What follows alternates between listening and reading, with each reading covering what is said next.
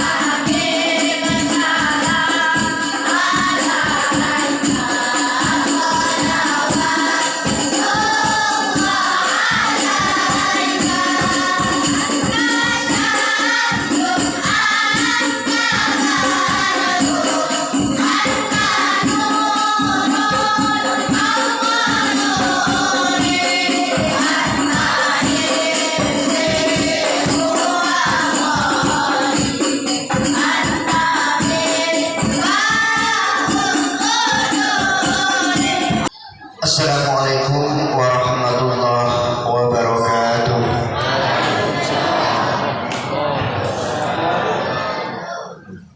Rasa-rasa ada yang belum jawab salam saya. Salam itu ada 3 macam. Ada salam yang wajib dijawab, ada salam yang tidak harus dijawab, dan ada salam yang tidak ingin dengar jawabannya. Salam yang wajib dijawab ketika ada saudara sesama muslim mengucapkan kepada sesamanya Assalamualaikum. Yang mengucapkan salam hukumnya sunnah, tetapi yang mendengar salam hukumnya wajib menjawab. Yang pertama. Yang kedua, salam yang tidak harus dijawab. Kapan itu? Salam dalam sholat. Fil alamin innaka hamidum majid. Assalamualaikum warahmatullahi, tidak harus dijawab. Jangan sebelahnya Assalamualaikum warahmatullahi, sebelahnya Waalaikumsalam warahmatullahi. Yang ketiga, salam yang tidak ingin mendengar jawabannya. Kapan itu? Salam yang kita sampaikan, kita ucapkan ketika melewati kuburan. Assalamualaikum ya ahlal diyar minal muslimin wal muslimat wa inna insyaallah bikum lahikun. Assalamualaikum ya ahlal kubur. Kita ketika melewati kubur, kita mengucapkan salam. Ini salam yang kita tidak ingin mendengar jawabannya. Coba kalau kita lewat kuburan, Assalamualaikum ya ahlal kubur, muncul jawab Waalaikumsalam. Lari terbirit-birit kita. Kalau salam yang saya sampaikan tadi wajib hukumnya dijawab. Saya doakan yang menjawab salam saya segera dimampukan oleh Allah, bisa segera berangkat haji. Assalamualaikum warahmatullahi wabarakatuh.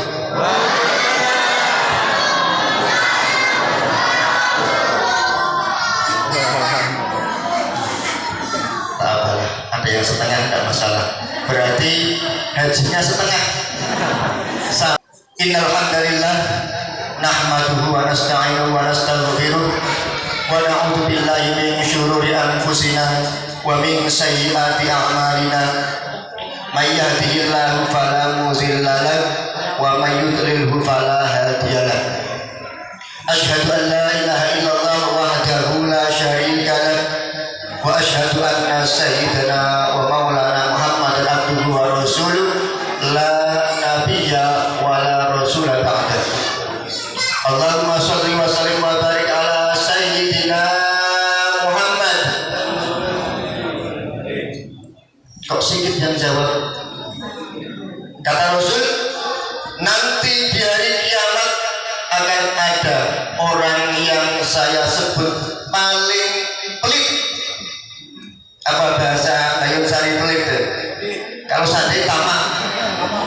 Kalau sini, oh sama apa di sini?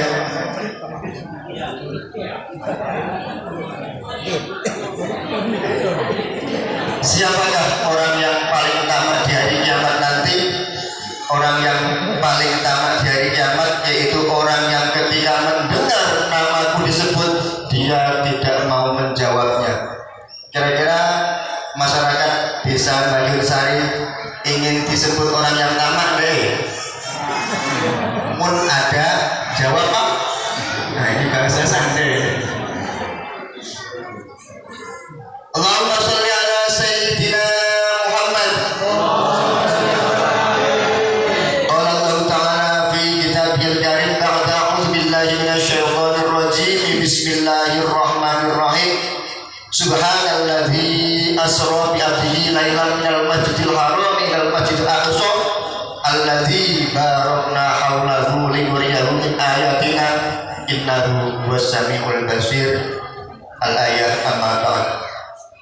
Hadratal muhtaramin wal mukarramin yang kami muliakan, para alim, para sesepuh, para imam, para ustadz, wabil khusus sahabat kami Ustadz Furqan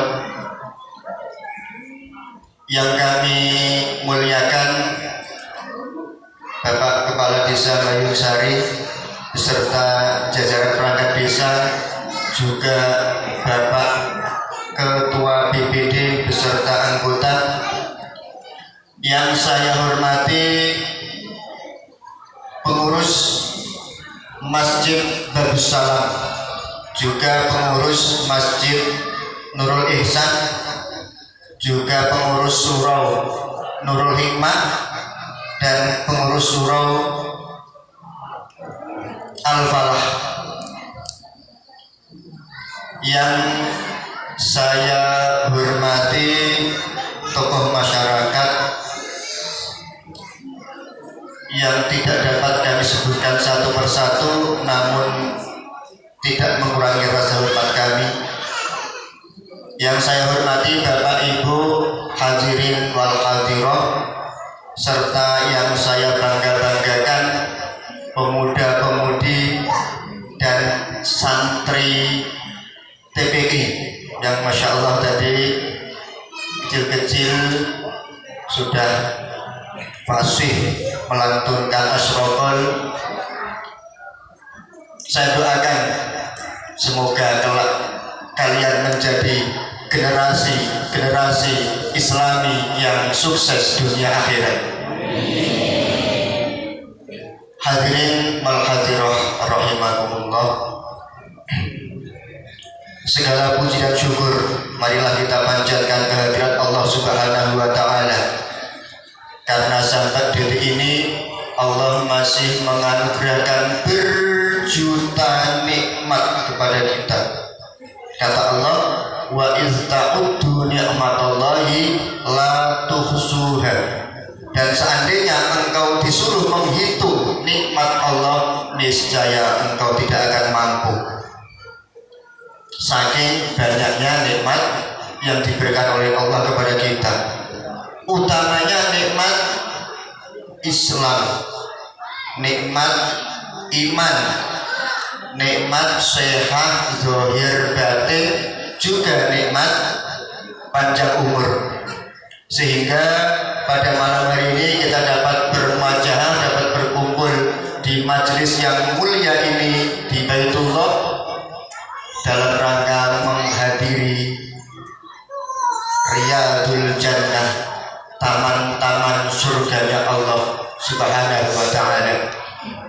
Kata Rasulullah, iza martum biriyadil jannah farta'u. Ketika engkau melihat taman-taman surganya Allah, farta'u, maka singgahlah. Para sahabat bertanya, ya Rasul, bukankah surga itu di akhirat? Apakah ada surga di dunia ini? Apakah taman surga yang ada di dunia ini? Rasul menjawab, di mana ada majelis-majelis ilmu, di mana ada majelis-majelis zikir, orang berkumpul dalam rangka tholabul ilmi, dalam rangka zikrullah, itulah taman-taman surganya Allah. Jadi alhamdulillah kita diberikan kesempatan oleh Allah untuk singgah di taman surganya Allah Subhanahu wa ta'ala. Semoga niat kita dari rumah diridhai oleh Allah Subhanahu wa ta'ala dan tercatat sebagai amalan sholihan indallah. Amin. Allahumma amin. Salawat ma'assalam semoga senantiasa tercurahkan kepangkuan baginda Rasulullah Muhammad sallallahu alaihi wasallam. Ada orang-orang yang pelit di belakang rupanya. Rasulullah sallallahu alaihi wasallam. Masih ada yang ingin disebut orang pelit dan masalah. Silem, seserahan. Yang mana beliaulah satu-satunya Nabi dan Rasul yang mampu memberi syafaat kepada umatnya. Nanti di hari akhir, di hari kiamat, para Nabi santai. Ada satu Nabi yang bahasa sarinya kulukili. Apa bahasa Ayu Sari? Sana kemari, kesana kemari. Sesibuk ya? Sibuk. Kalau bahasa sana ulu ilik. Ada satu nabi yang ulu ilik sibuk ke depan neraka, balik lagi ke depan surga, balik lagi ke depan neraka. Untuk apa Rasulullah ulu ilik sibuk ke depan neraka? Ternyata Rasulullah mencari hamba-hambanya yang siap untuk ditolong, siap untuk diberi syafaat. Harapannya semoga kita yang malam hari ini berkumpul, kita mendapatkan tiket syafaatnya Rasulullah Sallallahu Alaihi Wasallam. Amin Allahumma amin. Bapak Ibu hadirin ma'al hadirah yang kami muliakan, acara malam hari ini peringatan Isra Mi'raj, terus ada tema memperkuat hubungan baik sesama manusia dan hubungan baik dengan Sang Pencipta, dan kita mengadakan kegiatan ini di bulan Sya'ban. Untuk itu izinkanlah saya untuk merencanakan ceramah 3 bahan. Pertama Isra Mi'raj, kedua memperkokoh hubungan dengan manusia dan Sang Khalik, ketiga bulan Sya'ban. Namun kalau Allah mengizinkan, kalau misal tidak mengizinkan, entah nanti udah banyak yang ngantuk ataupun sudah letih, nah mungkin nanti setengah dulu lah, setengahnya nanti tahun depan kalau diundang lagi saya lanjutkan.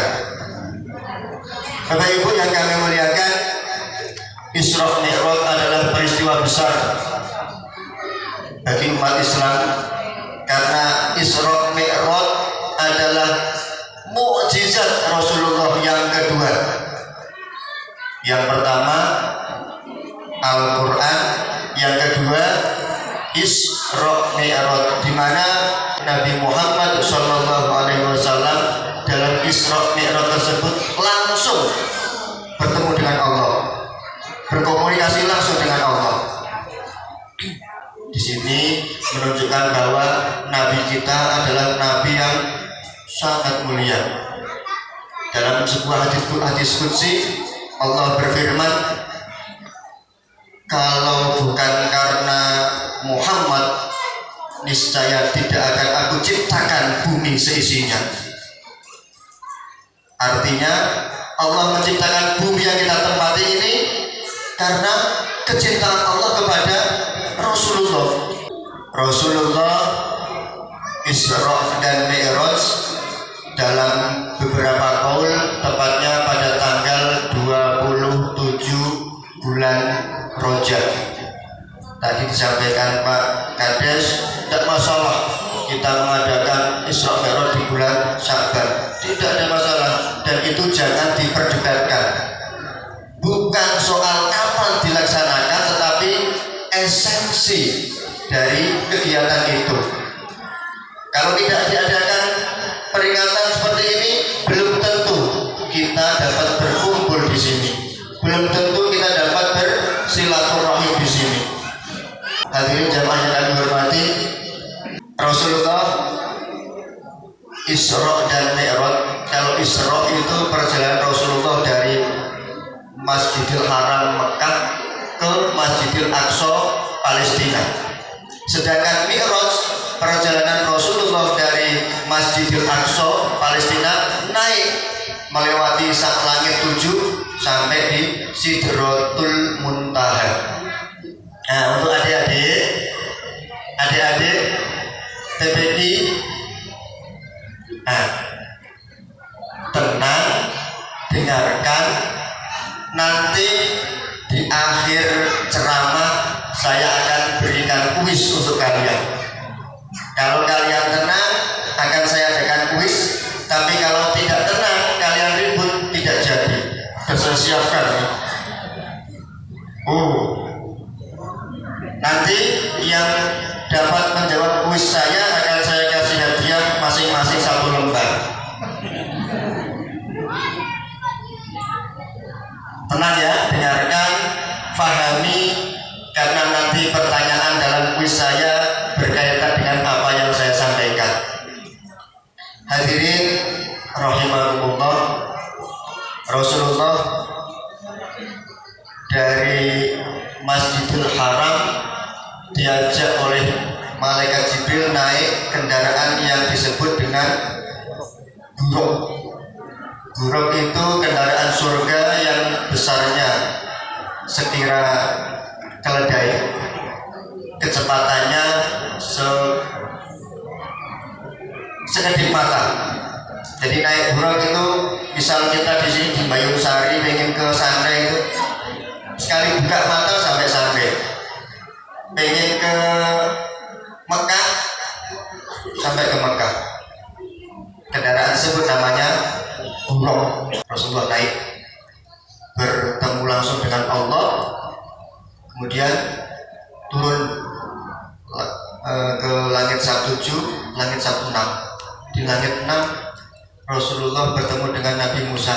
Wahai Rasulullah Muhammad, dapat apa dari bertemu dengan Allah? Ya Musa, saya dapat perintah dari Allah untuk mengerjakan sholat fardu 50 kali dalam sehari. Berat. Umat sebelum mujad dikasih jatah seminggu sekali, banyak yang tidak kerjakan. Apalagi itu sehari 50 kali. Naik minta keringanan. Rasulullah naik, turun lagi. Wahai Rasulullah, diturunkan berapa? Jadi 45. Benar. Minta keringanan lagi. Naik, turun, kurangi 5. Naik, turun, kurangi 5. Kemudian turun lagi. Ya Rasulullah, berapa? 5. Tak mampu, berat. Minta lagi keringanan kepada Allah. Wahai Nabi Musa, sesungguhnya aku malu menawar-nawar seperti ini. Udahlah, insya Allah 5 waktu umatku mampu. Asalnya 50 waktu. Rasulullah naik turun memohon keringanan jadi 5 waktu. Namun 5 waktu itu pahalanya setara 50 waktu. Alhamdulillah. Karena kita umat Rasulullah ini umat yang pertama terpendek. Umat sebelum Nabi Muhammad tinggi-tinggi, bahkan ada yang tingginya sampai 10 meter sampai 25 meter. Kita paling tinggi 2 meter, itu pun kadang jadi bahan olokan. Ada tiang listrik standar paling 160, 170. Kita jadi umat yang umurnya terpendek. Umat sebelum Rasulullah ada bahkan sampai ratusan. Kalau kita umat Rasulullah standarnya berapa? 63. Adapun kalau ada yang sampai 100 itu bonus. Hadirin jamaah rahimakumullah. Kemudian Rasulullah turun ke bumi, paginya disampaikan kepada umatnya, wahai umatku, sungguh malam tadi saya dipanggil oleh Allah dari Mekah ke Palestina, naik ke langit 17 ke Sidratul Muntaha, turun lagi ke bumi Mekah ini. Sahabat Abu Bakar yang mendengar itu, saya percaya ya Rasul. Kenapa kamu percaya? Padahal saat itu ada beberapa umat Rasulullah yang imannya masih tipis. Namun karena dia mengandalkan logika, dia mundur, dia murtad. Berarti selama ini saya keliru, saya beriman kepada Muhammad. Bulan nih, jarak dari Mekah ke Palestina itu sekitar 1.200 km. Ada pendapat yang menyebutkan jaraknya 1.500 meter. Kalau dari Laur ke Pontianak berapa kilo? 300, Pak Kades ya. Taruhlah dari Laur ke Pontianak 300 kilo. Jarak Mekah ke Palestina itu 1.200 kilo. Berapa? Bolak-balik ke berapa ini? 300. Kalau sampai ke 1200 berarti 4 kali ya, dari Laur ke Pontianak, balik ke Laur, ke Pontianak, balik ke Laur. Tapi itu ditempuh oleh Rasulullah hanya dalam waktu semalam saja. Orang yang tidak yang mengandalkan logika, tidak mengutamakan keimanan, murtad dia. Tidak, saya kena bulan ini, kena prank nih, udahlah keluar dari Islam. Ada para sahabat yang keluar dari Islam pada waktu itu, namun Abu Bakar As-Siddiq tidak memberi kesempatan untuk berpikir logikanya. Begitu Rasulullah menyampaikan, dia langsung membenarkan. Atas pembenaran Abu Bakar kepada cerita yang disampaikan oleh Rasulullah itu, maka dijuluki As-Siddiq. Namanya aslinya Abu Bakar, namun karena membenarkan kisah Rasulullah tentang Isra Mi'raj, dijuluki As-Siddiq, yang membenarkan. Nah, jadi Isra Mi'raj sebenarnya untuk tolak ukur iman kita. Kalau kita mengandalkan keimanan, insya Allah kita akan percaya, walaupun secara logika tidak masuk akal. Tapi kalau kita mengandalkan logika, saya pastikan akan berkurang keimanannya. Kalau bagi orang yang beriman, patokannya firman Allah, kun fayakun. Allah itu pengen apa saja, tinggal kun fayakunu, maka terjadi, maka ada. Tidak ada yang tidak mungkin bagi Allah. Jangankan semalam, sedetik untuk menjalankan Rasulullah dari Mekah ke Palestina, naik turun lagi sedetik, bisa Allah kerjakan, bisa Allah lakukan. Jadi untuk kita semua, dahulukan keimanan, logika nomor 2. Hadirin jamaah yang kami muliakan, hasil dari Isra Mi'raj adalah sholat. Nah, dari sholat itu ada keutamaan lagi. Sholatul jama'ati afdalu min sholatil fardhi bisab'in wa isrina darajah. Sholat berjamaah itu lebih utama daripada sholat munfarid, sholat sendiri. Orang yang sholat jamaah pahalanya dilipat gandakan 27 derajat.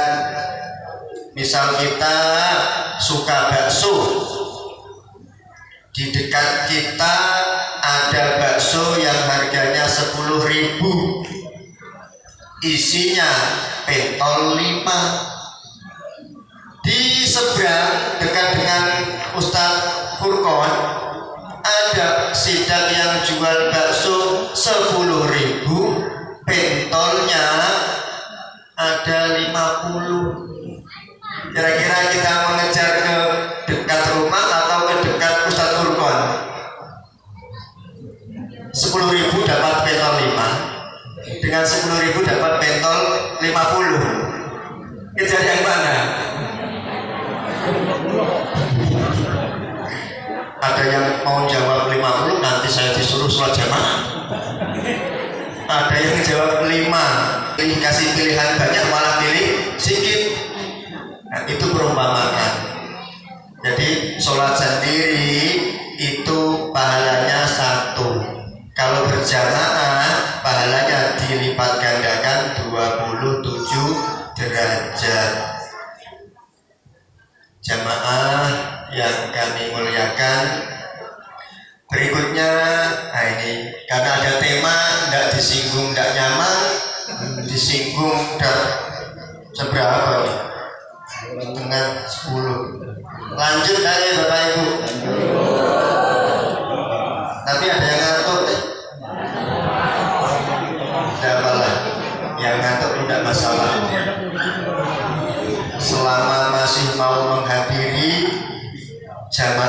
insya Allah.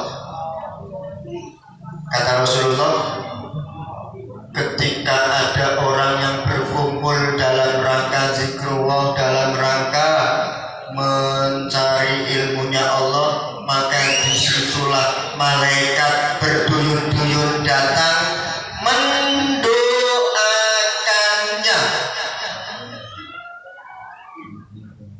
Sebenarnya kalau kita dibukakan mata ke-7, ke-8, ke-9, ke-10 kita, banyak malaikat yang ikut berkumpul di sini.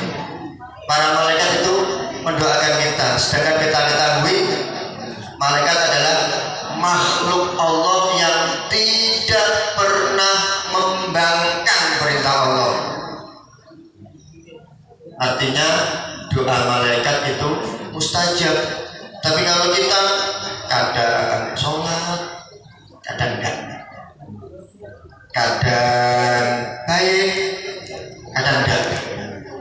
Nah ini 50-50. Ada kemungkinan doa kita diijabah, ada kemungkinan doa kita ditolak.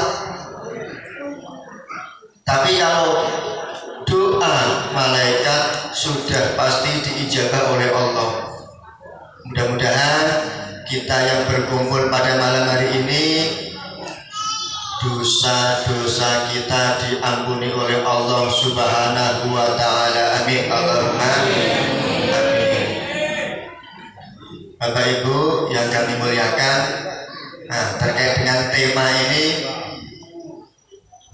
Allah berfirman dalam surah Ali Imran ayat 112 kayaknya. A'udzubillahi minasyaitonirrajim. Bismillahirrahmanirrahim. Zuribat alaihimul dillatu ainama suqifu illa bihablin minallah wa hablin minan nas.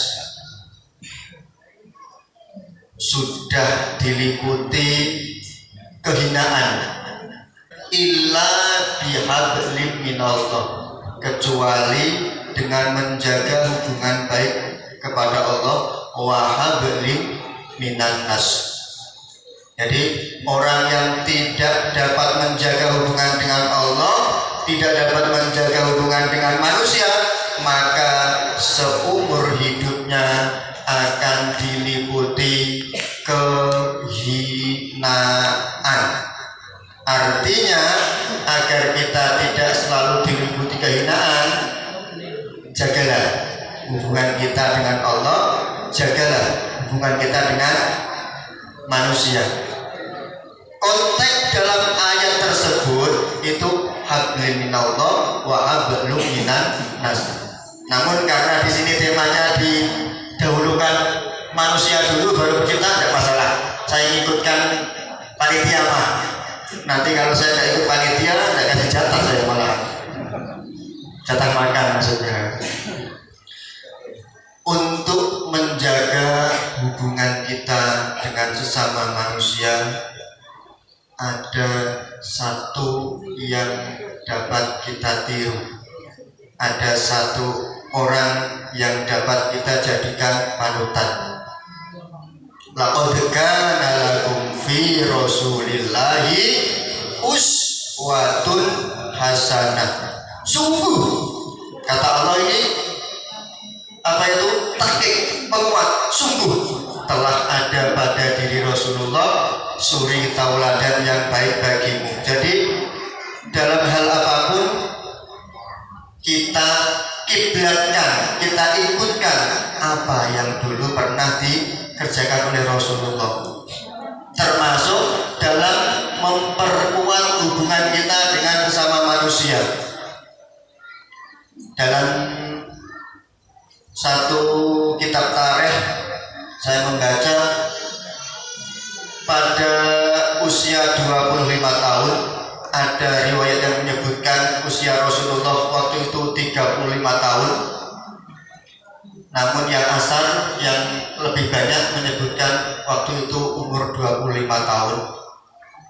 Waktu itu Mekah dilanda kebanjiran, sehingga Ka'bah terendam air. Karena terendam air, Ka'bah ada beberapa bagian yang rusak. Begitu air surut, para tokoh-tokoh masyarakat, para ketua-ketua suku berunding. Gimana nih? Tempat suci kita banyak yang rusak nih. Direnovasi yuk, yuk. Oke. Mereka kumpulkan seluruh masyarakat Mekah. Mereka gotong royong untuk merenovasi Ka'bah. Begitu awal semangat mereka, tidak ada yang membedakan itu suku A, itu suku B, tidak ada. Semuanya gotong royong. Tidak ada yang melirik suku, tidak ada yang melirik warna kulit. Begitu renovasi sudah selesai, tinggal satu. Hajar Aswad ini mau dikembalikan lagi ke tempatnya. Oleh karena Hajar Aswad ini batu yang suci, banyak ketua suku yang ingin mengangkat dan memindahkannya.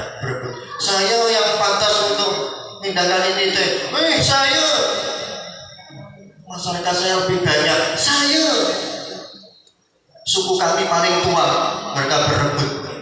Padahal dari awal mereka kompak, tapi begitu mau mengembalikan Hajar Aswad ke tempatnya, mereka ribut, terjadi perselisihan.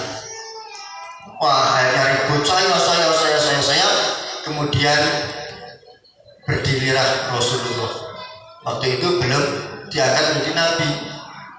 Dan sebelum diangkat menjadi nabi, seluruh masyarakat Mekah itu mengakui kebaikan Rasulullah, mengakui bahwa Rasulullah adalah orang yang amanah, sehingga disebut orang-orang Makkah waktu itu sudah menyebut Rasulullah Al-Amin, orang yang dapat dipercaya.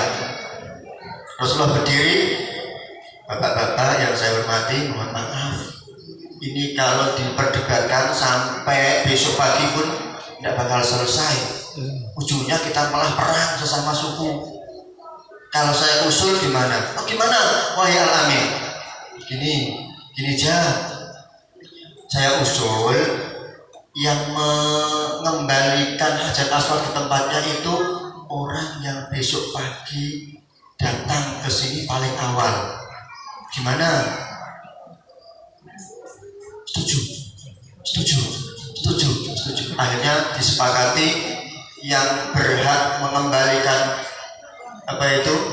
Hajar Aswad ke tempatnya adalah orang yang besok pagi paling awal pertama datang ke situ.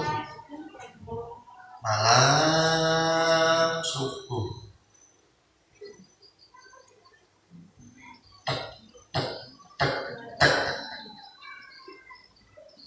datang berdiri di depan Ka'bah. Datang berdiri di belakang yang pertama, datang di belakang lagi. Tengok yang paling belakang. Oh, yang paling depan Muhammad. Berarti Muhammad yang berhak memindahkan Hajar Aswad ke tempatnya. Sepakat? Sesuai kesepakatan kita bahwa orang yang pertama kali yang berhak memindahkan Hajar Aswad ke tempatnya oleh Rasulullah. Nah ini Rasulullah walaupun sudah diberi hak oleh masing-masing ketua suku, Rasulullah tidak egois. Bagaimana Rasulullah caranya? Mengambil sorban, dibuka sorbannya, Rasulullah mengangkat Hajar Aswad ke atas sorban. Yuk ketua suku, yuk kita angkat sama-sama. Saya gini ya, saya kamu sana. Ketua suku semuanya ikut mengangkat. Begitu udah diangkat sampai depan tempatnya, mereka dengan kompaknya, Muhammad masukkan. Kemudian Rasulullah memasukkan Hajar Aswad ke tempatnya. Masya Allah, Rasulullah orang yang bijaksana. Ini ibrah yang dapat kita ambil. Kalau kita mengaku umat Rasulullah, ikuti sikap sifat Rasulullah. Yang saya ceritakan tadi, Rasulullah menunjukkan kepada kita umatnya bahwa Rasulullah adalah orang yang bijaksana. Untuk itu kita kalau ingin meniru Rasulullah, jadilah orang yang bijak. Sebagai seorang anak, tentu kita semua seorang anak, bijak kepada orang tua. Lebih-lebih kita yang sudah berkeluarga, sudah bersuami istri. Orang tua kita tidak hanya orang tua kandung, tapi ada dua, yaitu orang tua kandung dan mertua. Kita harus bijak menyikapi keduanya. Mertua ya orang tua ya mertua. Jangan membeda-bedakan. Perlakukanlah orang tua sebagaimana Al-Quran yang rusak. Al-Quran rusak itu dibaca tak bisa, dicampakkan jadi dosa. Seperti itulah bagaimana kita harus memperlakukan orang tua kita. Apa yang kita perlakukan kepada orang tua, itulah nanti yang akan diperlakukan anak kita kepada kita. Perlakukanlah orang tuamu sebagaimana engkau ingin diperlakukan anakmu. Saya ulangi, perlakukanlah orang tuamu sebagaimana engkau ingin diperlakukan anakmu. Seandainya hari ini engkau hormati orang tuamu, tunggulah masanya nanti engkau akan dihormati anakmu. Seandainya hari ini engkau membenci orang tuamu, tunggulah masanya nanti engkau akan dibenci oleh anakmu.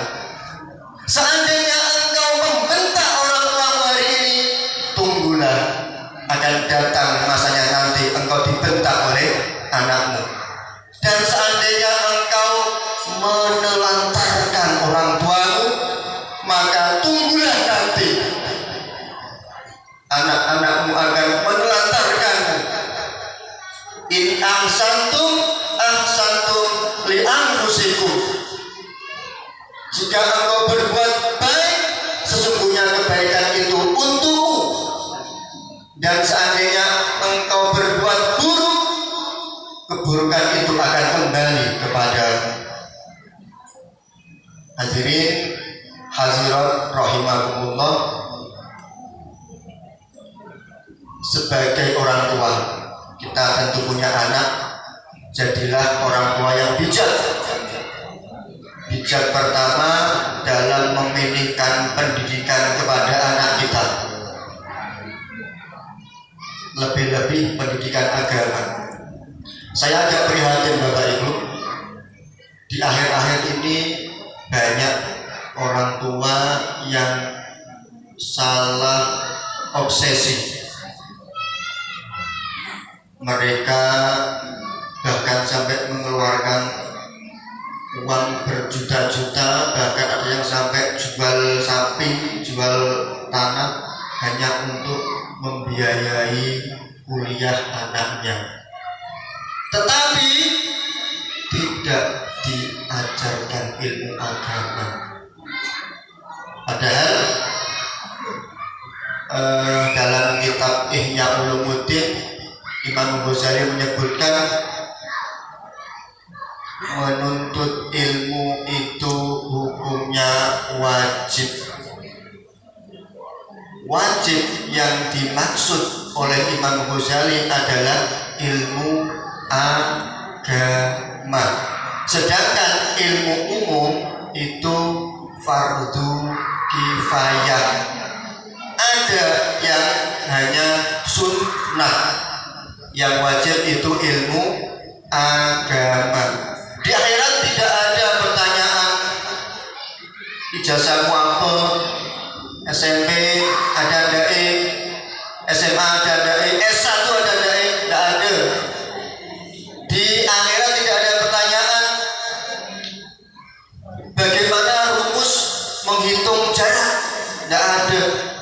Di akhirat pertanyaannya siapa Tuhanmu, siapa nabimu. Sholat tidak tahu, tidak ada pertanyaan ijazah. Untuk bisa mendirikan sholat dari pendidikan agama. Untuk itu saya mengajak kepada jemaah sekalian yang kemarin obsesi utamanya hanya pendidikan umum, saya mengajak untuk kita belokkan lagi menuju ke jalan yang lurus. Jadi umum jalan, agama jalan. Sekolah formal jalan, sekolah agama jalan. Kalau logikanya bukan bermaksud mengkerdilkan sekolah umum, karena saya juga seorang guru di sekolah umum. Tapi ini kita bicara soal agama. Ijazah S1 katakanlah yang dikejar oleh anak kita, itu ujung-ujungnya hanya dipakai untuk daftar kerja mencari duit untuk kebutuhan hidup di dunia. Sedangkan ilmu agama lebih-lebih ilmu akidah, ilmu tauhid, ilmu fikih yang membahas tentang bagaimana tata cara kita ibadah, ilmu akhlak yang membahas tentang bagaimana cara kita bergaul. Yang diajarkan oleh pendidikan agama itu yang menjadi modal, menjadi bekal kita meninggal. Boleh kita terobsesi anak harus S1, S2, tetapi jangan mengesampingkan pendidikan agama. Orang yang basicnya agama minim, jadi apapun lebih banyak mazhurat daripada manfaat. Saya contohkan satu. Mohon maaf Pak Kades, saya tadi sempat bincang-bincang dengan Ustadz Furqon. Ternyata desa Bayung Sari ini walaupun jauh dari ibu kota kecamatan, soal perhatian kepada agama saya salut dengan Pak Kades. Orang yang basic agamanya kuat, ketika jadi pemimpin maka yang jadikan kebijakan yang bermanfaat untuk umat. Seperti halnya tadi saya dapat bocoran dari Ustadz Furqon, guru TPA digaji dari desa. Masya Allah. Ini saya bukan membandingkan, bukan menceritakan yang kurang bagus. Ada kawan saya seperjuangan guru TPA itu mengajukan kepada kepala desa, Pak Kades, boleh tidak minta dianggarkan untuk guru TPA? Kami gaji ustadznya dari SPP banyak yang nggak bayar, jadi ustadznya itu mau lanjut ngajar,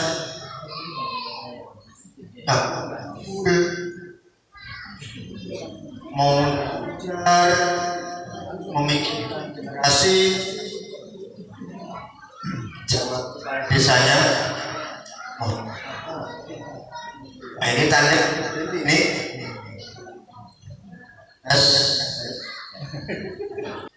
pertanda disuruh berhenti. Gimana Bapak ini? Saya tutup ya.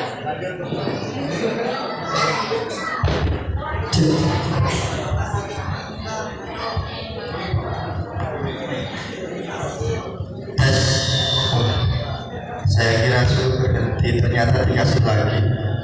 Tak apalah, jamaah masih siap melanjutkan ocehan saya. Allahumma sholli ala sayyidina Muhammad. Saya lanjutkan. Begitu saya dengar dari Ustaz Furqan, terpenuh saya. Alhamdulillah, masyarakat Bayunsari wajib bersyukur memiliki kepala desa seperti beliau, yang mana beliau karena basic agamanya kuat, beliau banyak kebijakan yang ke arah agama. Ada tadi yang disampaikan Ustaz Furqan itu, Pak Hadis ya, masyarakat Bayunsari yang mondok dianggarkan Pak Hadis ya. Masya Allah. Saya doakan semoga Pak Hadis istiqomah Pak Hadis, dan semoga nanti kalau calon lagi jadi. Oh enggak, oh. Saya ketika mendekati Pilkades itu banyak ditanya oleh jamaah saya, nanti Pilkades itu milik siapa? Saya tidak berani menyebutkan siapa nama, saya hanya berani memberikan gambaran. Pilihlah yang paling dekat dengan agama. Insya Allah, kalau seorang pemimpin dekat dengan agama, insya Allah kebijakan dari tangannya banyak yang mengacu kepada perkembangan agama Islam. Hadirin jamaah yang kami muliakan, kita mesti belajar dari kisah Rasul tadi, jadi orang yang bijaksana, jadi anak bijaksana, jadi orang tua bijaksana, jadi pengguna sosial media pun bijaksana. Ini kan hampir setiap orang punya HP, bahkan yang masih kecil itu udah pegang HP. HP ada paket datanya, ada akun Facebooknya, ada akun YouTube-nya, ada akun TikTok-nya. Nah, di situ banyak peluang fitnah. Kalau kita tidak bijak, kelahi kita. Bijaklah ketika ada informasi, pastikan dulu, cek dulu. Bahasa yang lagi ngetrend sekarang tabayyun, dicek kebenarannya. Kalau sudah benar, boleh di-share. Tapi kalau belum, saham. Lebih-lebih anak-anak muda ini, abang-abang yang di luar pemakai sosial media, hati-hati. Kakak-kakak remaja yang di belakang, hati-hatilah bermedia sosial. Saya pernah sampaikan kepada jamaah Al-Hidayah bahwa selain ada sedekah jariyah, ada pula dosa jariyah. Ada anak perempuan HP di depan, nyanyi joget, diupload di TikTok. Begitu diupload, jarak sejam itu udah banyak ratusan yang apa itu like, klik suka, mantap, mantul, lanjutkan. Ternyata kalau saya joget banyak yang share, yang suka. Nanti kalau dapat 2000 subscribe, saya dapat gaji dari TikTok, dari YouTube. Akhirnya dia berimajinasi bagaimana biar orang banyak yang subscribe saya dan saya dapat gaji dari YouTube. Akhirnya mulailah, asalnya baju panjang, pakai kerudung, pakai celana panjang, mulai dirujut bajunya, pakai kaos ketat, joget, tambah subscribe-nya sudah 500. Boleh besoknya lucut jilbabnya. Tambah 700, besoknya pakai tank top.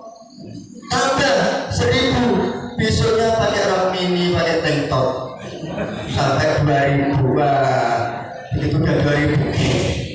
Terus setiap kali tank top, rok pendek, tapi joget nyanyi, posting 2000, 3000. Nah, akun sosial media itu kira-kira hanya kita yang tahu passwordnya atau ada orang lain yang tahu? Paling hanya kita sendiri yang tahu. Yang tadi pakai pendek tank top di posting di TikTok, mati dia. Joget-joget, pinggangnya keselio, mati di alam kubur.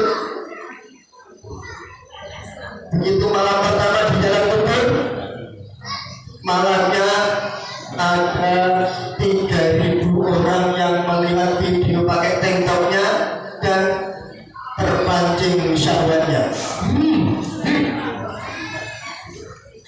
3000 orang itu mengirimkan dosa ke si fulanah yang sudah di alam kubur. Kalau tadi kita beramal jariah, masjid dipakai oleh orang untuk sholat jamaah, kita dapat kiriman pahala.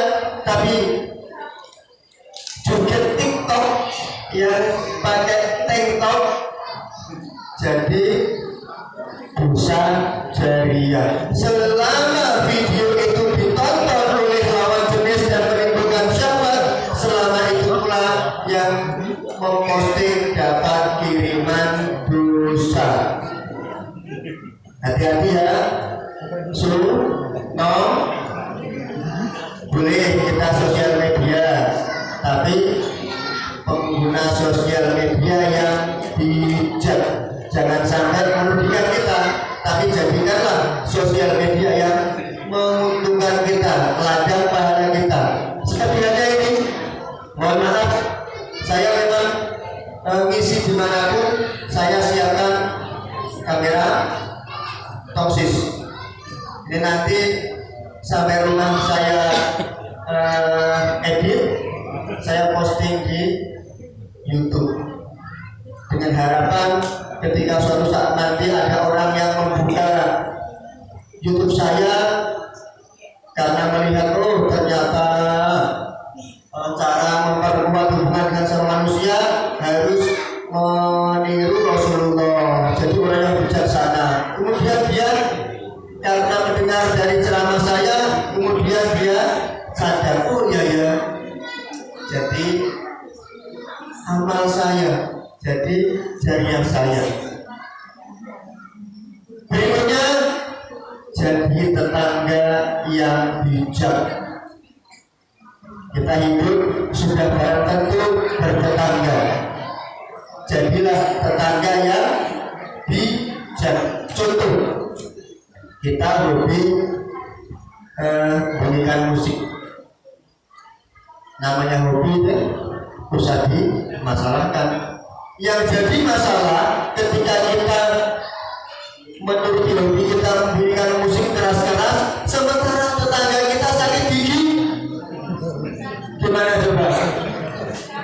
Bisa rukun dia atau malah kelahi? Oh, usah coba-coba. Alhamdulillah saya tidak pernah sakit gigi, semoga saya tidak. Tapi dengar-dengar dari orang yang sakit gigi itu mereka menyalahkan netizen. Kata netizen apa?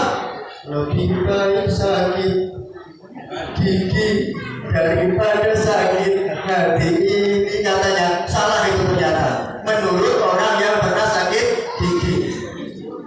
Sakit gigi itu katanya dengan suara yang kuat sedikit tuh langsung naik ke sini, bawahnya panas. Benar dari bapak ibu yang pernah sakit gigi? Nah ini tetangga sakit gigi, sana bunyikan musik apa itu? Diskoki, itu tetangga yang kurang bijak. Apa hasilnya? Pertama, yang sakit gigi terpancing emosi. Yang sakit gigi kalau tidak sadar jadi kelayu. Jadi kita hidup bertetangga, jadilah tetangga yang bijak. Berikutnya, bijaksanalah menjadi seorang pemimpin. Termasuk yang tidak disampaikan, mohon maaf Pak Kades, menurut saya sudah cukup bijak beliau.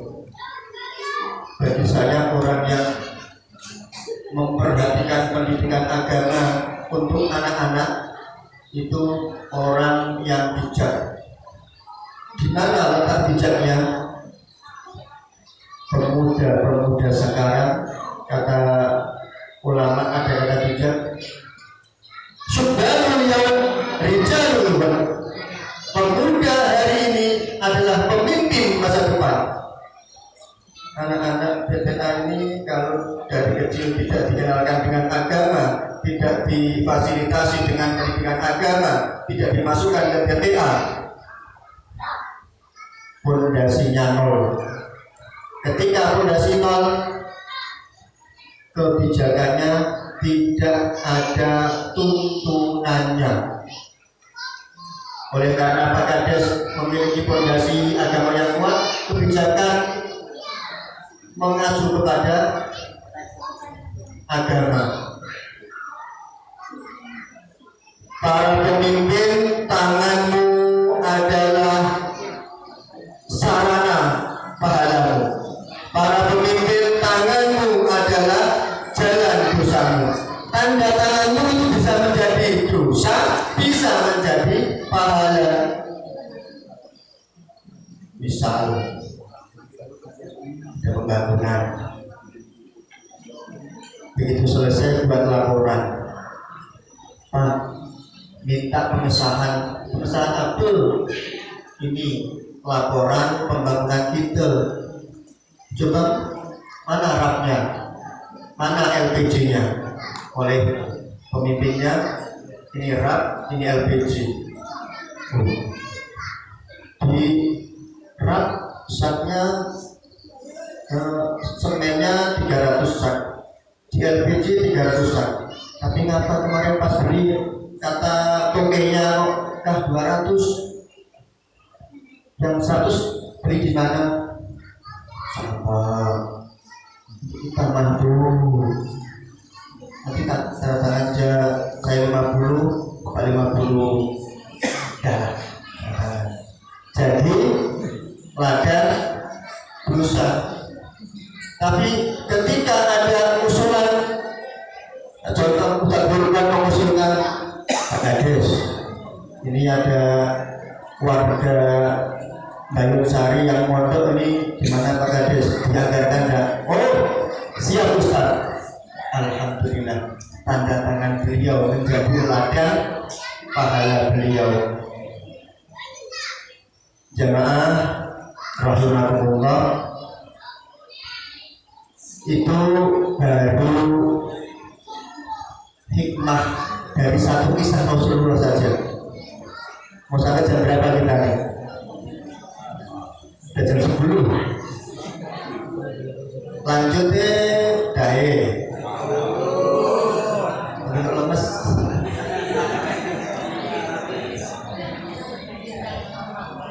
Kalau jawabannya semangat saya lanjut, kalau enggak saya stop.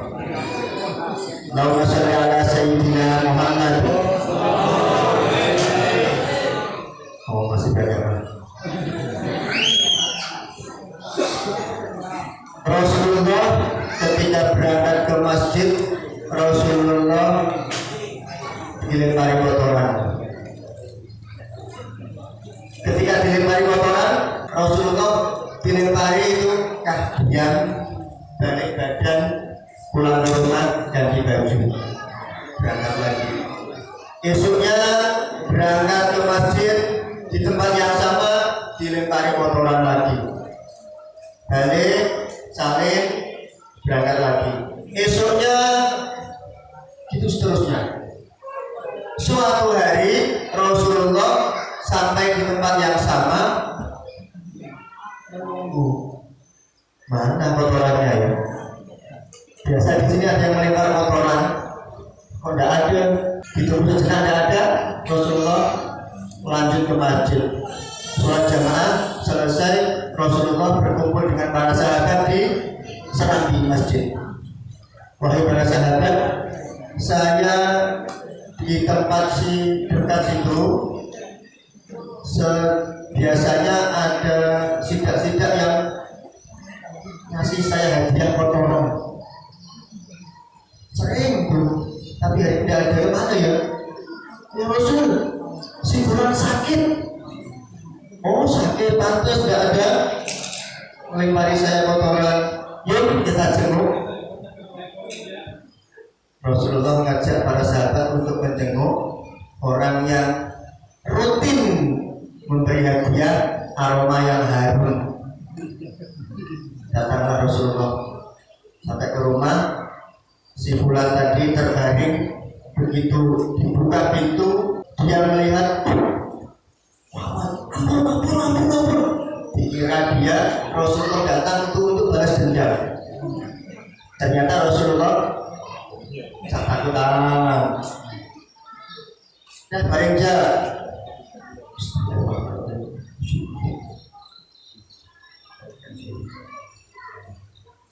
seketika sembuh, nangis sembuhkan dia, langsung bersinggung memeluk Rasulullah dan bersyahadat. Pelajaran yang dapat kita ambil, kesabaran itu membuahkan hasil yang baik. Seandainya Rasulullah waktu dilempari itu marah, tidak akan mungkin dia masuk Islam. Namun karena kesabaran yang ditunjukkan oleh Rasulullah dan pemaaf yang ditunjukkan oleh Rasulullah, sehingga terketuk hati si fulan itu untuk masuk Islam. Subhanallah. Sabar. Kalau kita ingin menjalin, memperkuat hubungan baik dengan sama manusia, tanamkan rasa sabar di dalam hati kita. Kata Rasul, as-sabru salasun. Sabar itu ada 3 macam. As-sabru 'alal musibah, was-sabru 'alat ta'ah, was-sabru 'anil ma'siyah. Sabar yang pertama, sabar dalam menghadapi musibah. Kata Rasulullah, barang siapa yang ketika diberi musibah oleh Allah kemudian dia sadar, maka derajatnya akan dinaikkan oleh Allah 300 derajat. Contoh, ada ibu-ibu malamnya suami sakit perut, muntah-muntah, dibawa ke puskesmas. Paginya anaknya berangkat sekolah di jalan yang mana yang becak tadi Pak Kades?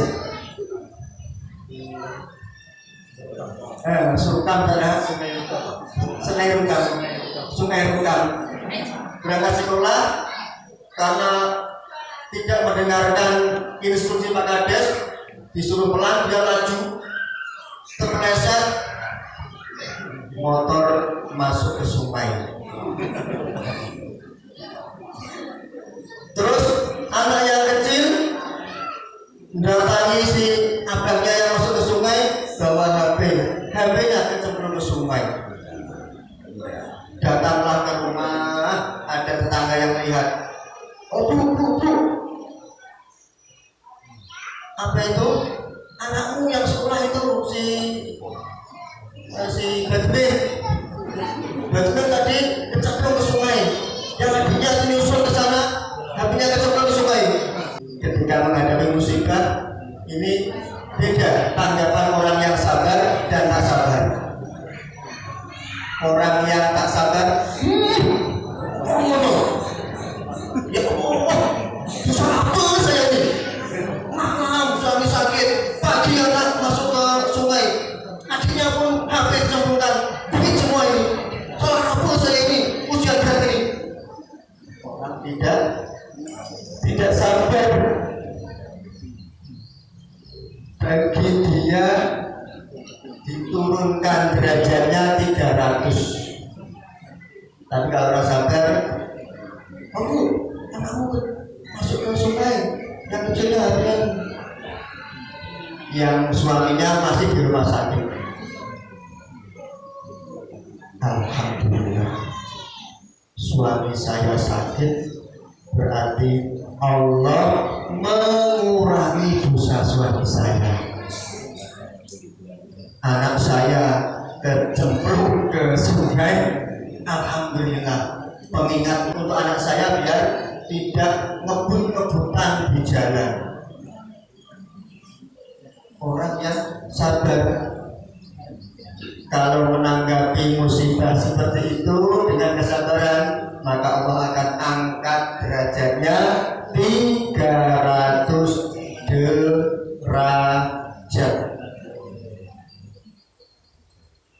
Yang kedua, as-sabru ala ta'ah, sabar dalam menjalankan ketaatan kepada Allah. Ini saya contohkan lagi ibu-ibu. Ibu-ibu lepas makan yang agak pedas,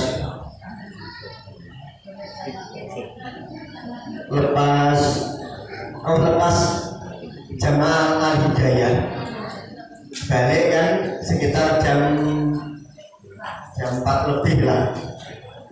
Kebetulan pas makan di al-hidayah agak pedas. Sampai rumah mau sholat asar, wudu. Selesai wudu, baru dia pegang mukena telepon berangin. Wudu ini baru dia selesai wudu mau melangkahkan masuk ke rumah. Wudu ini udah gitu pas wudu masuk ke kamar, bentangkan sajadah, bismillahirrahmanirrahim, asyhadu an la ilaha illallah. Anaknya nangis.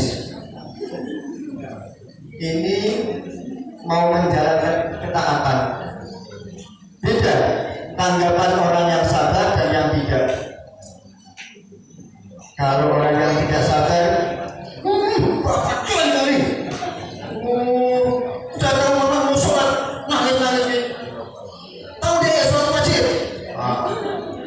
orang yang tak sabar. Padahal orang yang sabar dalam ketaatan, kata Rasulullah, diangkat derajatnya oleh Allah 600 derajat.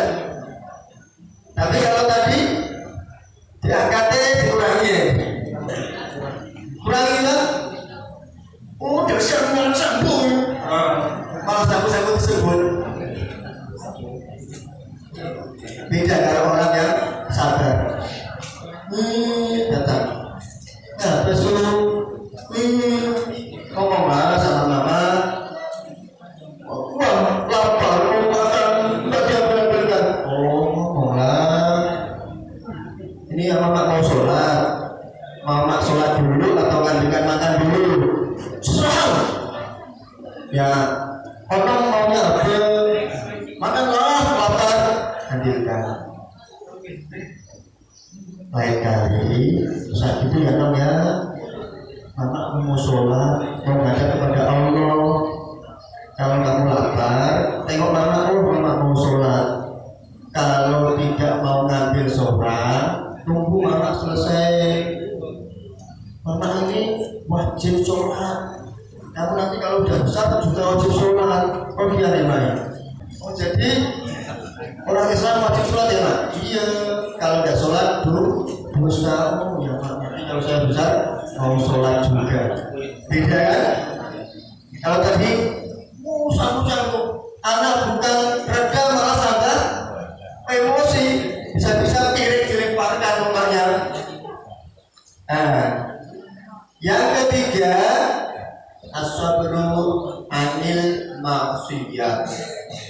sabar dalam menghindari maksiat. Kalau tadi contoh ibu-ibu, sekarang saya contohkan anak muda. Ada muda-mudi yang sudah tunangan. Suatu hari mengantarkan, yang laki-laki mengantarkan tunangannya itu balik ke rumah. Di tengah jalan hujan lebat, tak bawa mantel. Lalulah mereka berdua berteduh di satu gubuk. Di gubuk itu hujan lebat, sejuk. Yang laki-laki timbul cering. Oh, ayam. Kata kawan-kawan putih, kalau sejuk-sejuk gini deh, nyamannya pegangan tangan. Nyamannya deh pelukan. Yang laki-laki beda tanggapan yang perempuan sabar dengan tidak sabar. Kalau yang tidak sabar, jangan gitu. Kalau yang sabar, orang akan lupa ya. Dulu kan Ustaz pernah bilang, kalau ada dua orang laki-laki perempuan, maka salah satunya ada setan. Abang lagi kena rayuan setan kan. Zina itu tidak boleh kan. Orang yang zina sekali maka 40 tahun dia menanggung beban dosa kan. Abang mau ini 40 tahun yang dosa. Oh iya ya, lupa saya pernah diceritakan oleh Ustaz Burukon. Nah, ketika dihadapkan kepada suatu maksiat, dia sabar, bahkan dapat menyadarkan orang yang mengajak maksiat, maka baginya dinaikkan oleh Allah derajatnya 900 derajat. Insyaallah. Allahumma sholli ala sayyidina Muhammad. Oh, sudah berarti.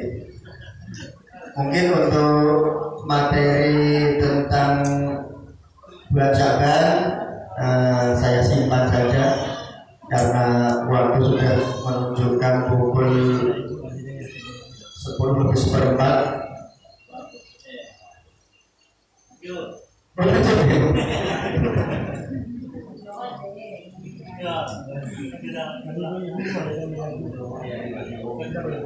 Gimana ibu lah biasanya yang udah mulai risau. Allahumma sholli ala sayyidina Muhammad. Bukan nih saya nih. Udah selesai kontrak, masih suruh lanjutin. Itulah sedikit lah.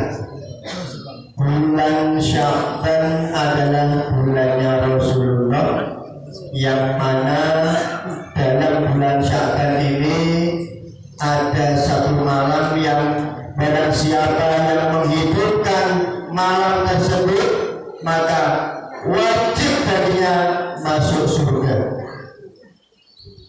Ada satu malam yang barang siapa berdoa kepada Allah maka doanya tidak akan tertolak. Malam apakah itu? Malam nisfu Sya'ban, tepat 15 bulan Sya'ban. Bulan Sya'ban itu bulannya Rasulullah. Oleh karena bulan Sya'ban bulannya Rasulullah, kita dianjurkan yang paling utama memperbanyak sholawat. Sholawat apa saja seserahan, kata orang Sandete. Boleh sholawat pendek, sallallahu ala Muhammad, sallallahu alaihi wasallam. Lanjutkan.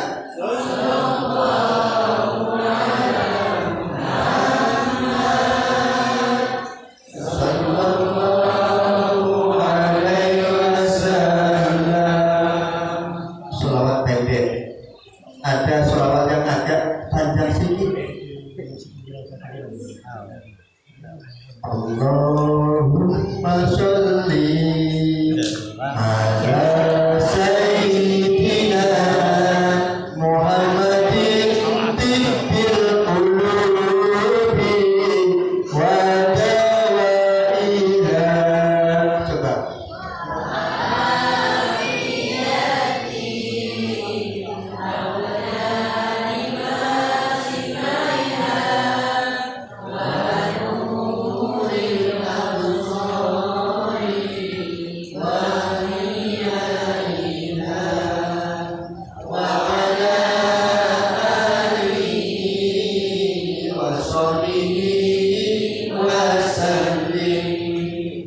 Ada sholawat yang agak panjang lagi. Allahumma sholli sholatan kamilatan tamma ala sayyidina Muhammadin tanhalu bihi rahmatun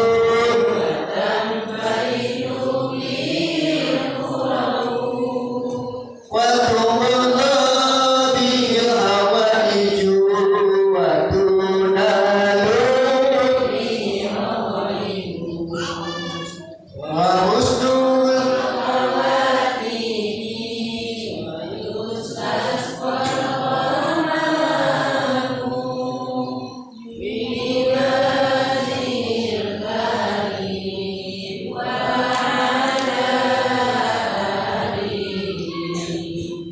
wasoli fi kulli lamhatin wa nafasin wa nafasin bi adati kulli ma'lumillah.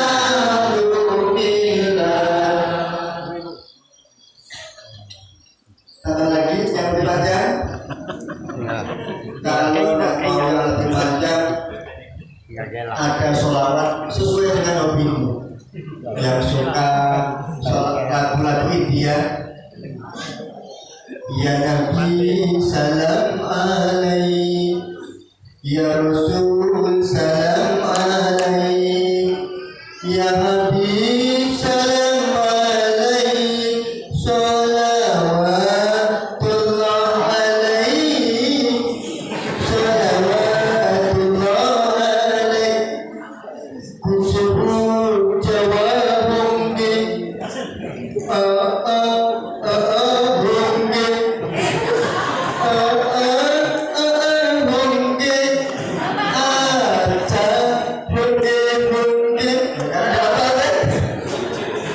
yang suka India, yang suka dangdut bisa, terserah mau selawat pakai lagu dangdut. Ya Rasulullah salamun alaik bareng bareng, ya Rabbi asyami wa taraji al-fatayati ratal alami, ya Umayal judi wal karami, ya Umayal ya Umayal judi wal karami. Aduhai senangnya pengantin baru, baru jam 7 matikan lampu, menutup pintu, membuka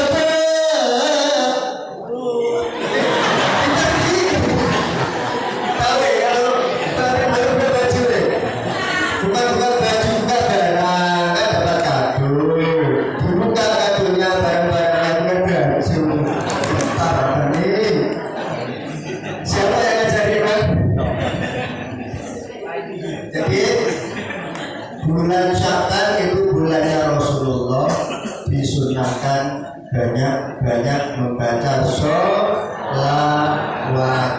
Ibu-ibu misalnya suka lagu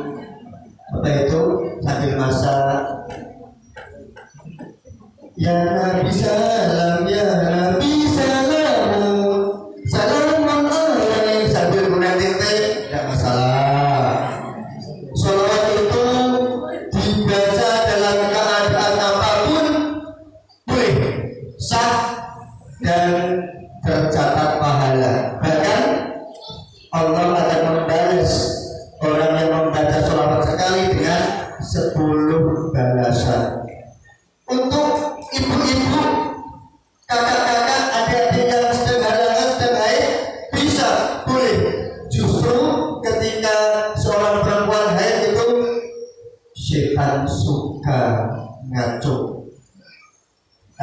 Di saat itulah tangkal dengan membaca sholawat. Orang yang haid kan tidak boleh, haram untuk mushaf Al-Quran, tetapi boleh membaca sholawat. Sholawat Nabi Muhammad dengan amat sangat terpaksa saya judulkan sekian. Mudah-mudahan yang benar. Oh gimana? Udah cukup kan?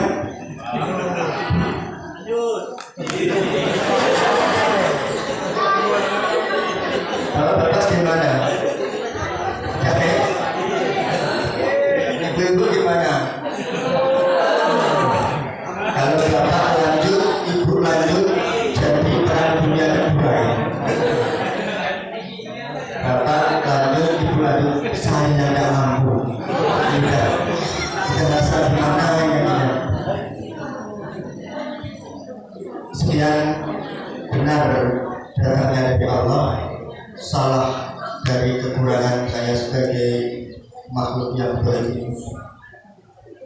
Ihdinas shiratal mustaqim. Semoga apa yang saya sampaikan menjadi ilmu yang bermanfaat, dapat menjadi sarana kita untuk memperkuat hubungan kita kepada sesama manusia dan hubungan kita kepada Sang Pencipta. Amin. Allahumma amin. Wabillahi taufiq wal hidayah wa ridha wal inayah. Wassalamualaikum warahmatullahi wabarakatuh.